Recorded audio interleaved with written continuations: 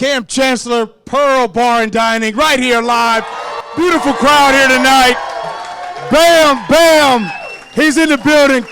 Kam, how you doing, bruh? I'm doing great, man. Feeling good. It's good to see this crowd out here tonight, man. You guys look beautiful. Give it up for that. Hey, Kam, let's get right into it, man. Yeah. You made a huge stop on Monday night. I mean, huge. Calvin Johnson, he's going in for that touchdown, man. Take us to it. Look, we don't get a chance to go into the dark place. Take us all into the dark place, man. What is going on in your mind pre-snap all the way through to the end of the play? Take us through it. Well, in this dark place, crazy things happen, but I think about 3 plays before that play, I gave up a seam route, and it was a routine play we always stop, and I felt bad. It was something I didn't see on film. So in my mind the whole time, I'm like, man, I got to get this ball. I got to get this ball. We got to get a turnover. We got to get a stop. And I knew which play was coming. I jumped the running back so he couldn't throw it to him and went to Calvin. And once I seen the ball hanging loose, all I was thinking was super punch that through the back of the end zone. Well, part of that was your running mate, Earl Thomas. Oh, yeah. You know, and Paul, you pointed this out in the postgame that he comes up and he is the most courageous dude. I mean, you look at the size of Earl Thomas, he comes up, but then that ball all of a sudden comes out. Now, apparently, because he told us today that he closed his eyes before he made that hit, but apparently you had your eyes wide open and knew exactly what you were going to do. Yeah, Earl always closes his eyes when he's making big hits, man. That's just what he does, man. But, yeah, he's a little guy with a big heart, man, a huge heart. And, I give him a lot of credit on that play also because he slowed him down. He slowed his momentum down a lot, which gave me 1 yard to punch that ball out. So, I mean, a lot of the credit goes to Earl in that play. Well, I'll tell you, Kam, I mean, like everybody else, I'm just so glad that you're back. And one of the reasons why is because you and Earl, you guys have had a special relationship for a long time. And, you guys are a couple of those football junkies that are crazy. I mean, you guys sit around, and I remember the stories about you guys sitting after practice, looking at film constantly. And you guys just seem to be a little bit inside each other's heads. Yeah, I think it started our first year just watching each other go out there and practice, watching each other in the hotel rooms, watching film and studying. We just love this game of football. We love using our God-given ability. We both have smart football IQs and both talented, man. We just like to showcase that every chance we get. Kam, obviously, you're a huge hitter. I had the blessing to play with a guy named Kenny Easley for 7 years. And 7'5", Yeah, I mean, I'm asked often, who's the best safety you've ever seen? Kam Chancellor, Earl Thomas, Kenny Easley. I said, yes, I'll take all 3 of them. But he was a big hitter. And he used to say, look, he looked at the bottom of the number. I've talked to Lawyer Malloy, another really good hitter. He used to look at the eyes. You're the best hitter I've seen. What do you look at? I mean, Calvin Johnson, you knock him out. But what do you look at when you're coming for that big hit? I don't know. I mean, I don't know. I guess those are cliche answers that they gave you. But I just look at the person. I just see a blur. I'm running fast, and I just see a blur, and I just try to run through it. When you hit Calvin Johnson, look, I'm going to get the elephant out the room, man. Hey, I know you guys are thinking it in the crowd right there. Look, when you hit Calvin Johnson, look, this is a safe place. I know you're in a dark place. This is a safe place. What were you thinking after you hit him? Because Golden Tate showed his body reaction. Earl Thomas said, whoa. What were you thinking after that hit, bruh? I was like, finally, I got him.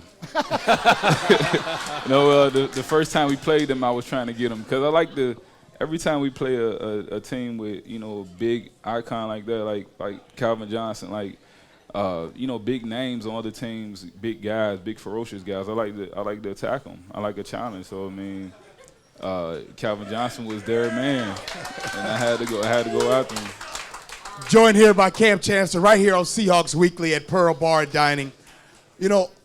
Every time you and I talk, I'm going to pull back the curtains a little bit. When you and I have conversations, one-on-one, you and I, you always refer to your teammates as your brothers. Yep. Why is that? I think it's more so because we're around each other 24/7. We created this bond, this trust, this pact. And I know that those guys are going to put their body on the line for me, for their family, and everybody's going to do the same for one another.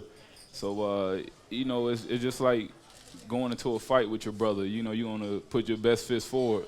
So, I mean, anytime, us brothers, we get together, we go on that field, it's just a special power, man. And, we just it's like a legalized bar fight is what we call it.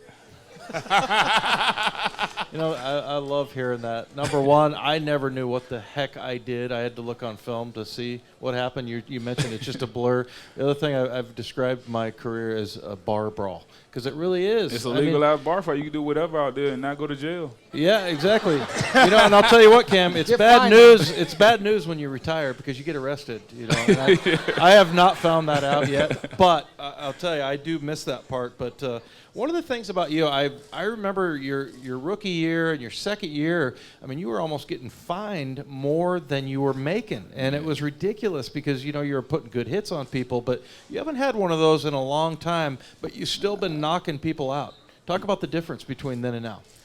Well, first off, I hated losing that much money yes. just over a sport that I love to play and doing hits that I love to do. Well, and you were doing exactly what you're coached to do. Yeah, I mean, that's what they told us to do as a kid. Right. Put your helmet on them. So, I mean, but at the same time, when I got that first concussion, that major concussion in the Ravens game at home, and Brandon Brown said I was down there snoring, that kind of woke me up a little bit and I just decided to use my shoulder then. I couldn't use my head anymore. I didn't want to be knocked out. Didn't want to take any more naps on the field. So, you have something in common. First of all, he played safety, if you could believe that or not. And I just remarked it was a blur for me. True. Yeah, and I had my hand on both of your shoulders, and yours is like rock, and this one was kind of mushy. But he did play. That's cold. That's he did cold, play D-Dub. strong safety. Not that you're going to look like this later, but he actually was snoring on the field too at one point because he knocked himself out hitting people. But you guys were both the same type of player. I retired after that, so you're smart for sure. Look, you won a Super Bowl, and we didn't get that opportunity, but I think as fans we felt that. I mean that elation. And you lose a Super Bowl. What's different in the off season, getting ready for the season? I mean, is it different for you guys? For me, I don't think it's any different. When we won it, I was looking forward to the next one, to the next year, because we're on a mission. I think the mission keeps going as long as we're playing, and you can't get satisfied with a win or a loss in the Super Bowl. So I mean, I say we're on a mission, and we're still grinding. It's a daily grind. It's a yearly grind. So we just push to the next Super Bowl every year. It's the same routine every offseason. Joined here by Kam Chancellor right here on Seahawks Weekly here at Pearl Bar and Dining.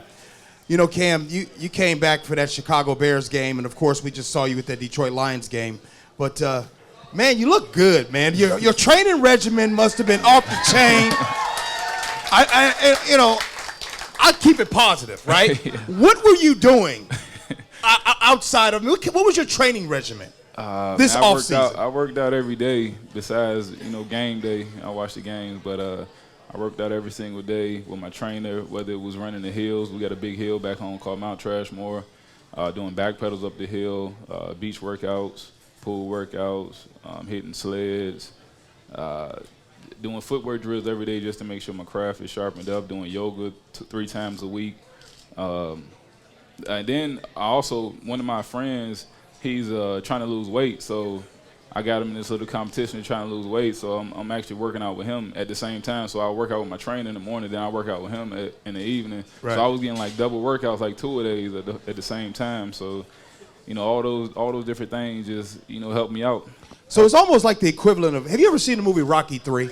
Rocky III is when Sylvester Stallone, Rocky trains the first time. Uh-huh. Didn't fare so well when he kind of was all lovey-dovey. And then he goes with Apollo Creed and goes back home and goes on the grind. Was that you? Was that you on the grind 2 a days? I think that was me. Before, this was my first offseason. I really got a chance to train. My other offseasons always were getting surgery.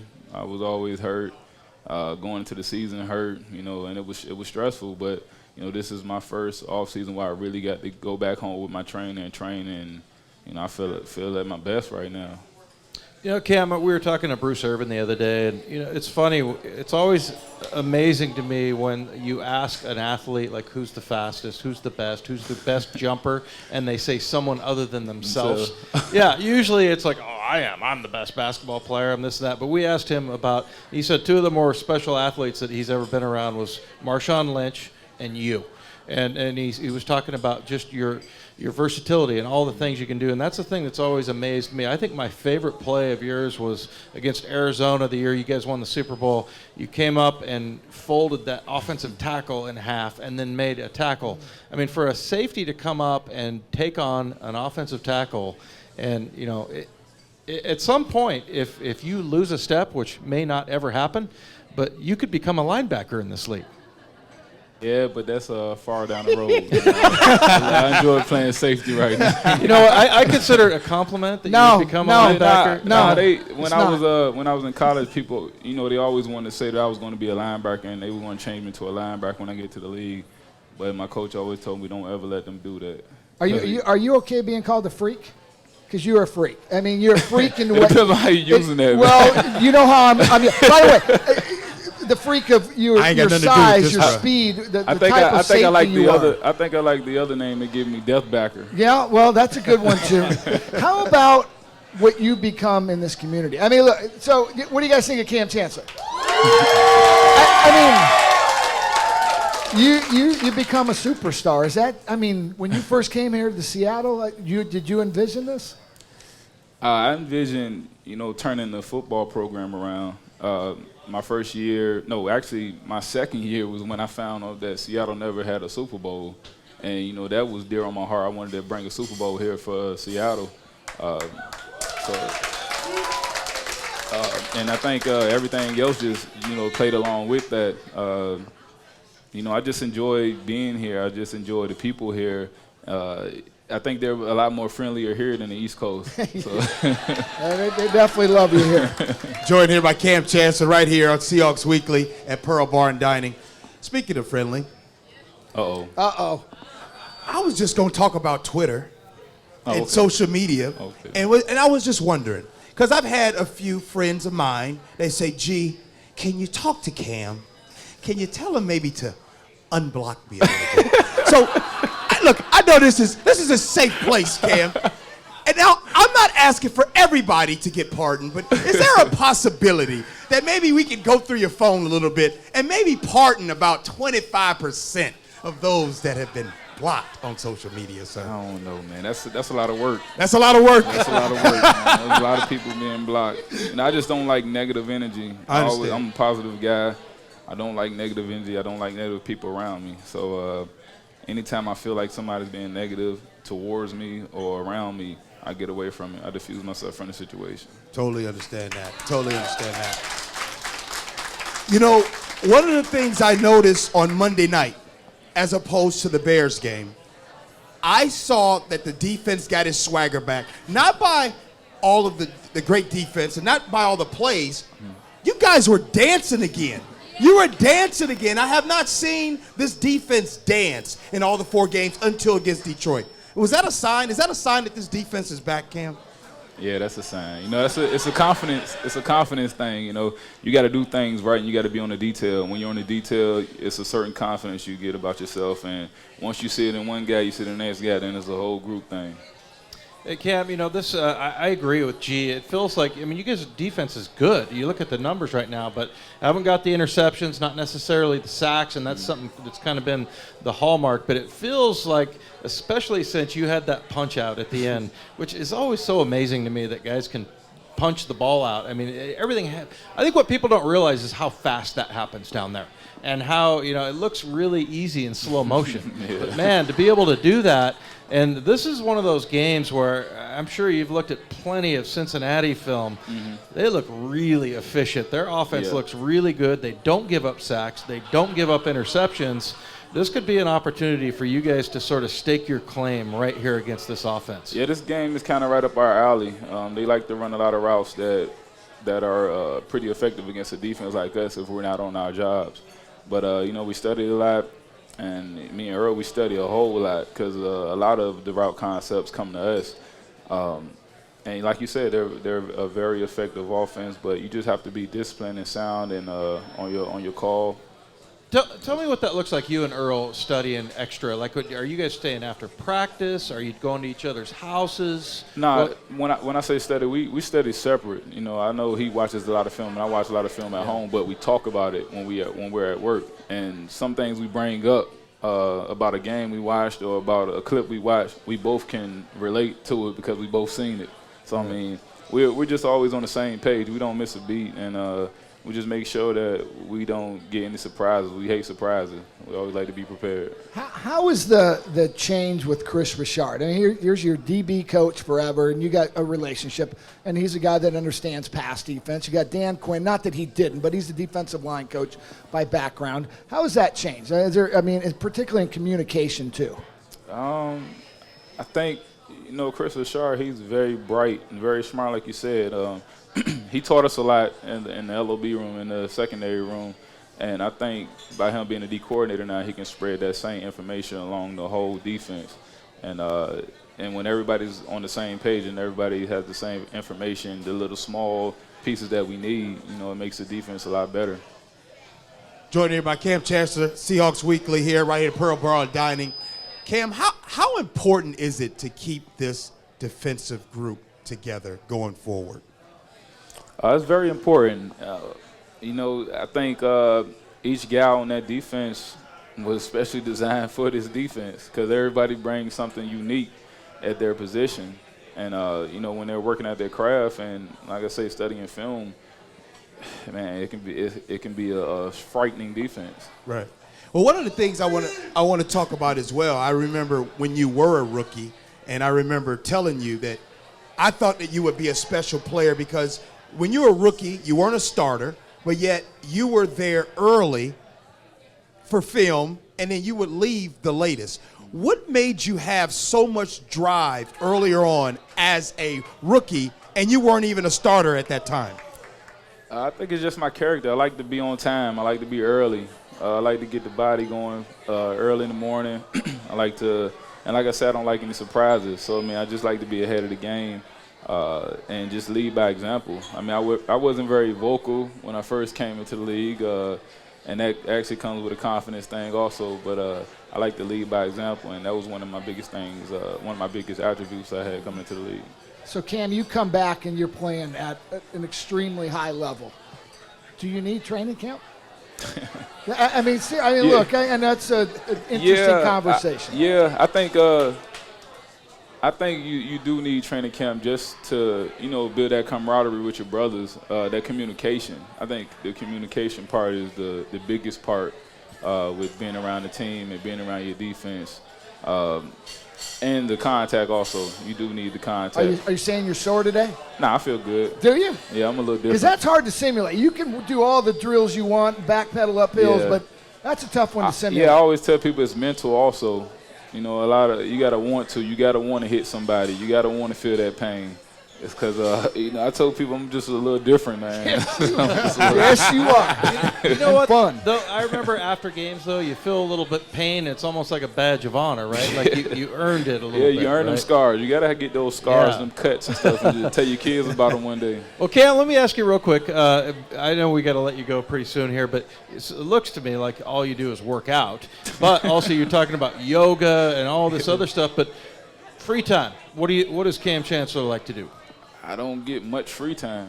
It's hard because my responsibility on this defense is very, very huge, very big, and one little play can turn into a big play. Like I said, that seam route, like it's a lot of issues that I have to take care of on the defense. So I'm always studying film. I'm always in the house studying film. But if I do get a little small window or whatever, I like going to the movies. Okay, good. Boy, you're a tortured soul. He makes the best play in the NFL, and all he can talk about is the seam route he screwed up. I understand. Yeah, those things hunt you, man. Like, once you make one mistake, you just think about it all the time because I'll never let it happen again. Yeah. He likes going to graduations, too. I made him sit through a 3-hour graduation. Yeah. So he kind of did that. So that's another story. Did you ask him to help you move also? No, I didn't ask him to do that. No, I wouldn't do that. Kam Chancellor, is the city of Seattle, the Seattle Seahawks, is where you want to spend the rest of your career? Oh, yeah. Definitely. Definitely. Like I said, this mission isn't over yet. You know, we got a long Say that journey. again? This mission isn't over yet. The mission isn't over yet. What's so special about this city? What's so special about Seattle? The fans, summertime, getting out on Lake Washington, being on the water, you know, just being here, period. It's just the energy you get here. It's just a positive energy, man, just positive people. Well, one thing I know about you, man, he always loves positive energy and everything yeah. being positive, man. I'll tell you what I love is when he lowers the gavel. With that hammer thing that you Yeah. do, is that what that is? Can we? Yeah, that's what it is. Are you passing judgment? Is that what that is? That's The gavel exactly what it coming is. down? Our old chaplain, he used to call me the commissioner. So, you know, when I'm laying down the law, I got to pull the gavel out. Well, Cam, we appreciate you taking the time to come out here on Seahawks Weekly, right here at Pearl Bar and Dining, man. And good luck this season. Thanks a Good lot. luck on Sunday. You guys are the underdog on Sunday, just to let That's you how know. we love it that way. But you love it that way, We I'm love it that sure. way. And good luck, like I said, good luck the rest of the season, bro. Thanks a lot. Appreciate it. Kam Chancellor. Yeah.